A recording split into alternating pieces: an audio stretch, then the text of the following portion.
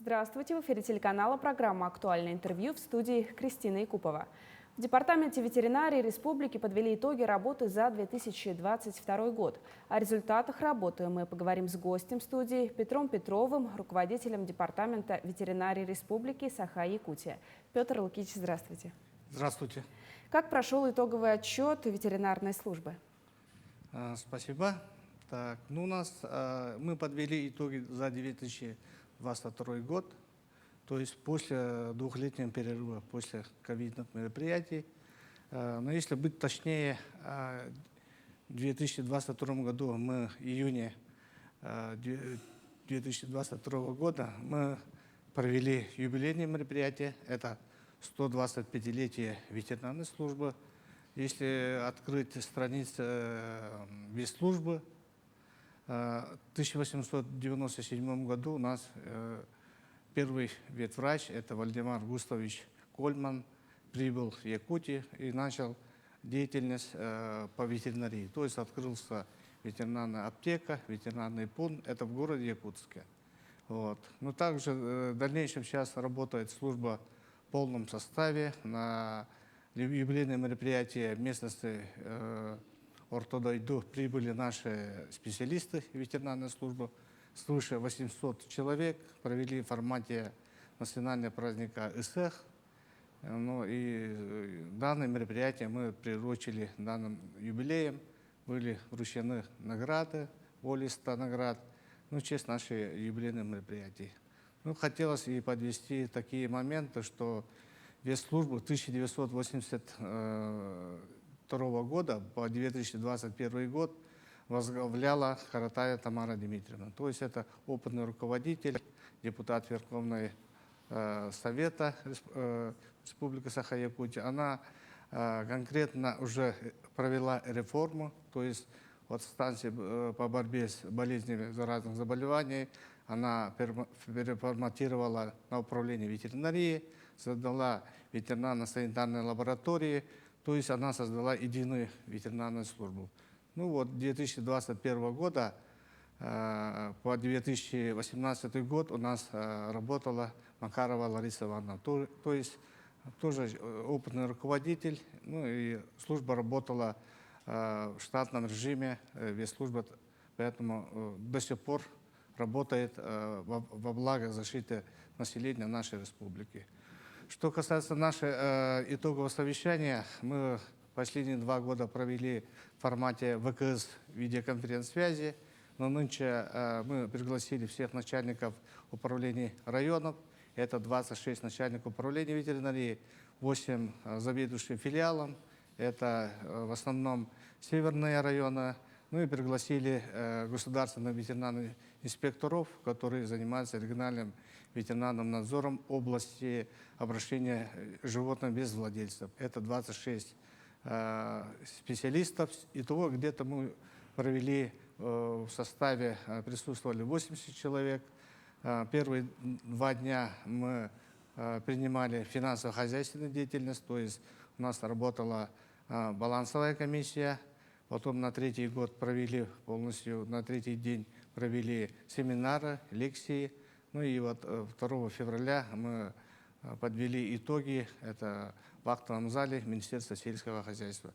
И, конечно, мы дали задание на 2023 год, по которым мы должны работать с задачей, и дальнейшие наши мероприятия поставили до начальников управления ветеринарии. А какова эпизоотическая ситуация в Якутии? Так, Якутия, наша республика, благополучна по особо опасным заболеваниям, неблагополучно стационарно, неблагополучно по сибирской язве. То есть у нас были вспышки 1993 года. У нас всего было открыто 46 неблагополучных пунктов, но по итогам года, ввиду исполнения карантинных мероприятий, мы 52% сняли этот неблагополучных пунктов. В настоящее время действует 27 неблагополучных пунктов. Это в основном болезни такие, как бруцеллез домашних северных оленей, это северные районы, лептоспироз животных, Также у нас есть бруцеллез собак, это в городе Якутска. Но в основном это мероприятие продолжается, вплоть до закрытия этих неблагополучных пунктов. Также мы проводим ежегодно мероприятия профилактические, это по бешенству. В основном у нас мы проверяли 740 проб из районов. По результатам не выявили бешенства от плотоядных, поэтому у нас Якутская республиканская ветеринарно-испытательная лаборатория работает в штатном режиме. Также у нас есть по показаниям, это Анамбарские северные районы, мы вакцинируем домашних северных оленей. Есть такие показания, то есть были случаи бешенства среди домашних северных оленей. Мы в основном тоже проводим вакцинацию против бешенства, это рабистав, то есть мы расставляем такие вакцины на дикой фауне. То есть мы тоже занимаемся профилактическими превентивными мерами, чтобы не было вспышек бешенства среди плотоядных животных. А как обстоят дела с бруцеллезом собак в Якутии? Так, бруцеллез у нас исследовался по крупному рогатому скоту. Это в Черемчинском районе было. В течение 2 мероприятий, которые мы провели, данное хозяйство было оздоровлено, то есть выявлены сомнительные и положительные животные были, провели ветеринарно-санитарный убой, и поэтому по крупнорогатым скота у нас нормально. Так, по оленям у нас есть неблагополучные пункты, это 12 неблагополучных пунктов, это северные районы. По собакам мы выявили в 2022 году. Поэтому сейчас мы полностью, город Якутск, по заявкам владельцев животных, мы провели исследования. Также мы исследовали приют безнадзорных животных, это Чеченко 57. Но в данное время 70% безнадзорных животных, которые находятся в приюте для безнадзорных животных, показали положительный результат. Поэтому сейчас мы проводим комплекс мероприятий согласно приказа 533, утвержденный Минсельхозом Российской Федерации. Провели ПЦР-исследования, иммуноферментные анализы, сейчас направили бактериологическое исследование, то есть это материалы от трупов животных, направили в НИСЖ, это Центр охраны животных, в Санкт-Петербург 2 пробы направили, и также мы направили город Ставропольский край, протечумный институт совместно с Роспотребнадзором Республики Саха-Якутия. 5 проб, поэтому сейчас мы ожидаем апреля месяца получения бактериологических исследований, биопробы. После этих мероприятий мы будем принимать решения. Это у нас действует коллегиальная комиссия, противоэпидемическая комиссия, которая работает, в составе входит 20 представителей различных ведомств. Поэтому последнюю точку будем принимать в апреле месяце после получения всех лабораторных исследований. Какую работу ведет Департамент ветеринарии по соблюдению правил содержания животных и их владельцев? Их владельцами. С владельцами, да. Это вопрос у нас работа монотонно проводится. Если проанализировать до этого времени, 2016 года штрафные санкции, то есть 500 рублей за нарушение правил выгула, были отменены. Но ввиду активной работой законодательной властью ИЛТИМЯН нашей республики, в мае 2022 года мы восстановили статью 5.4, это нарушение правил, нарушение выгула животных, то есть собак. Поэтому у нас в течение года мы провели рейдовое мероприятие и выносим штрафные санкции. За год мы вынесли постановление на 144 постановления на сумму 104 500 рублей. И также у нас вынесено предупреждение 48 по отношению владельцев животных. Какие планы ставит ветеринарная служба на этот год? 2023 год у нас основной план – это недопущение заноса возбудителя особо опасного заболевания, то есть обстановку мы должны провести в полном объеме путем вакцинации, профилактики и также проведения эпизоотологических мониторингов.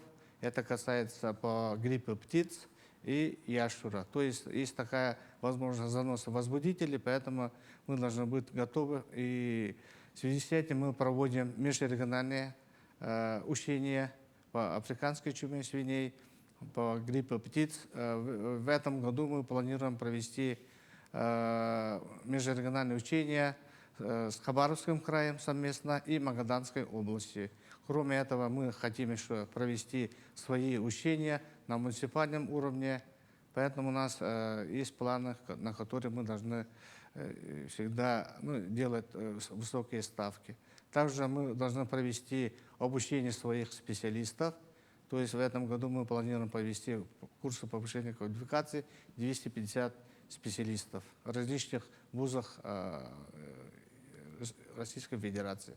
Также мы должны укрепить материально-техническую базу, то есть привлечение специализированных ДУКов, то есть дезинфекционных установок, которые мы проводим в случае проведения карантинных мероприятий. Также укрепить материально-техническую базу, поскольку у нас есть такие даже районы, в Батантайском районе, 1938 года постройки. Вот таких на базах мы сейчас находимся, поэтому находим свои хозспособы, строительство хозспособом, совместно муниципальное образование. Мы выходим из ситуации, укрепляем материально-техническую базу. А по приютам безнадзорных собак есть какие-то планы? По приютам, да. По приютам безнадзорных собак эти средства, которые выделяются для строительства приютов, свободных финансовых средств в данное время отсутствует. Есть такая наша новинка, можем провести грантовые конкурсы для тех, кто конкретно занимается благоустройством, строительством приютов.